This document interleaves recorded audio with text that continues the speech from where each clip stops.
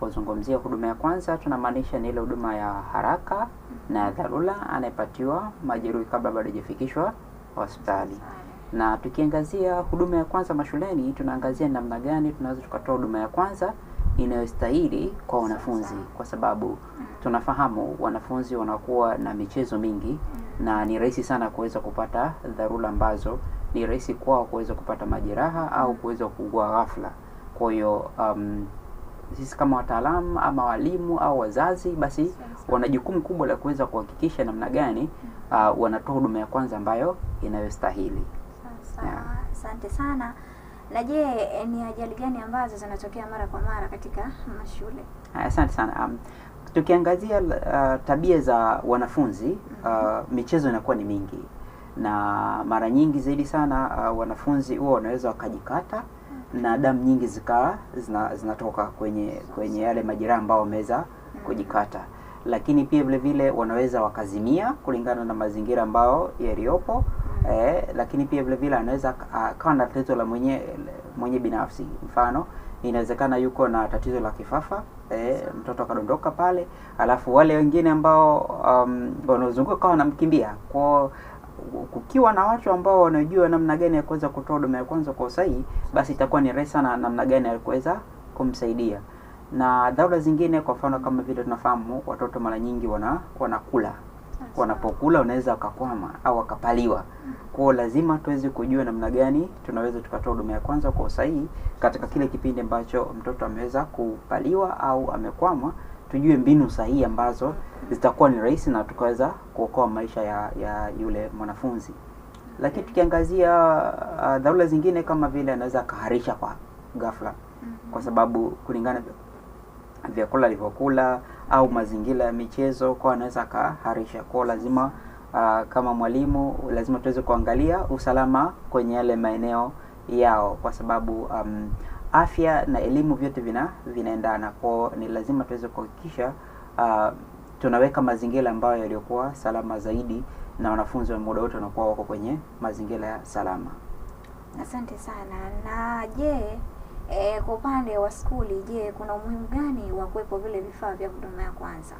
Vifaa vya huduma ya kwanza ni muhimu kwa sababu hatuwezi kujua muda wote na sauti dharura inaweza ikatokezea. Na kama dharura ikitokezea hauna vifaa, itakuwa hautaweza kutoa huduma ya kwanza inayostahili, kwa sababu tayari unakuwa hauna vile vitendea kazi vinavyokusaidia pindi unapotoa huduma ya kwanza. Kwa sababu tukitizama vile visanduku vya huduma ya kwanza vina vifaa ambavyo vinavyoendana na mazingira ambayo mtu yupo. Kwa mfano, katika mazingira ya skuli, mtu anaweza kawa anajikata, lakini mle ndani kuna nini? Kuna bandage ambayo inakuwa ni rahisi na inakusaidia kuweza kufunga ile jeraha lake. Hali kadhalika kunakuwa na zile gloves ambazo moja kwa moja mtu anaweza kazitumia kwa ajili ya kuweza kujikinga, kwa sababu katika huduma ya kwanza kitu cha msingi sana lazima uweze kuepuka maambukizi, kwa sababu utakapoepuka maambukizi itakurahisishia wewe uweze kupata magonjwa, na pia vile vile yule ambao anakuhudumia kama ana maradhi hutoweza kuyapata. Kwa ni kitu cha muhimu sana. Kwa hiyo kunakuwa na vifaa tofauti tofauti ambavyo kulingana na dharura ambayo mtoto ameweza kuipata, aidha wakiwa anacheza mpira akateguka. Kwa kuna bandage ambazo zipo kwa ajili ya kuweza zile ambazo zenye kipira, unaweza kumfunga kwa ajili ya kuweza kupunguza maumivu, lakini pia kuweza kupunguza uvimbe. Kwa hiyo visanduku vina umuhimu sana katika mazingira yote ya sehemu ya kazi, hususan katika hizo skuli, kwa sababu michezo ni mingi, hususan ukiangalia kama hizi skuli za msingi. Majeraha, mtu kacheza, huyu kapigana, huyu, kwa kunakuwa na mambo mengi. Kwa kukiwa na kisanduku cha huduma ya kwanza, mwalimu itamrahisishia kuweza kutoa huduma ya kwanza kwa usahihi. Hali kadhalika mwalimu mwenyewe anaweza akapata dharura, akateguka au akajikwaa au akajikata.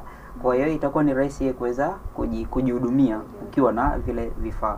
Changamoto kukikosekana vile vifaa, maana yake hapo sasa mtu anaweza kupata maradhi kwa kushika zile damu ambazo huenda mtoto ameweza kujikata na damu zikatokezea pale. Kwa hiyo mtu anaweza kupata maambukizi.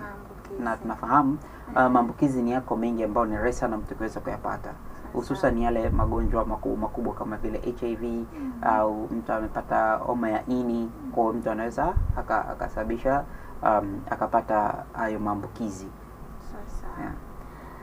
Na mpenzi mtazamaji wa Sulen TV, kipindi hewani ni afya na mimi, na leo hii tunazungumzia kuhusiana na huduma ya kwanza mashuleni. Na mpenzi mtazamaji, lakini pia una fursa ya kutuma ujumbe wako mfupi na kuuliza chochote kuhusiana na kile ambacho tunakizungumzia kupitia 0679689203. Utatuma ujumbe wako mfupi na kuuliza kuhusiana na huduma hii ya kwanza kwa wanafunzi wetu mashuleni. Na tukiendelea mbele hapa, ndugu Hamza, tumeangalia hapo zile mambo ambayo wanafunzi wakikuta nayo, pengine mtoto kajikata ama pengine labda amepata matatizo yoyote. Je, kama mtoto vile amezimia, anakuwa anapata huduma ipi ya kwanza? Okay, sawa. Katika kuzimia kuna muktadha, kuna vitu viwili hapa. Huwa kuna kuzimia na kupoteza fahamu. Ni vitu viwili ambavyo vina utofauti kidogo kulingana na namna gani sahihi kuweza kutoa huduma ya kwanza. Na huwa mara nyingi tukizungumzia kuzimia au kwa kitaalamu tunapenda kuita kuzirai ama kwa Kiingereza inaitwa fainting. Hii inatokea kwa sababu huwa kiwango cha kutosha cha damu yenye oxygen kwa hakifiki kwenye ubongo. Na huwa sababu kubwa inaopelekea, inawezekana mtu anaweza akawa yuko na njaa. Mtu kiwa na njaa ni rahisi kuweza kuzirai au kupoteza kuzimia. Lakini pia vile vile sababu nyingine, kusimama kwa muda mrefu. Tukiangalia shuleni, wanafunzi huwa kuna wakati wanasimama wakiwa pale paredi au mstalini, wanaweza kasimama wanapokea matangazo ya kutoka kwa walimu. Kwa akisimama kwa muda mrefu, kiwango cha kutosha cha damu kinakuwa kiendi kwenye ubongo. Na moja kwa moja inaweza kapelekea ule mtoto kufanya nini? Kudondoka. Lakini sababu nyingine, tunasema huyu mtoto akiwa katika mazingira yenye joto kanaweza kusababisha mtu kuweza kuzimia. Na hali kadhalika kuna wengine mtu ana matatizo yake, kuna tunaita medical conditions, ana magonjwa yake yeye mwenyewe binafsi, kama vile matatizo ya moyo. Ni rahisi mtu kuweza kuzirai kutokana na shambulio anaweza kalipata, alafu then yule mtu akadondoka pale, au yule mwanafunzi akadondoka pale.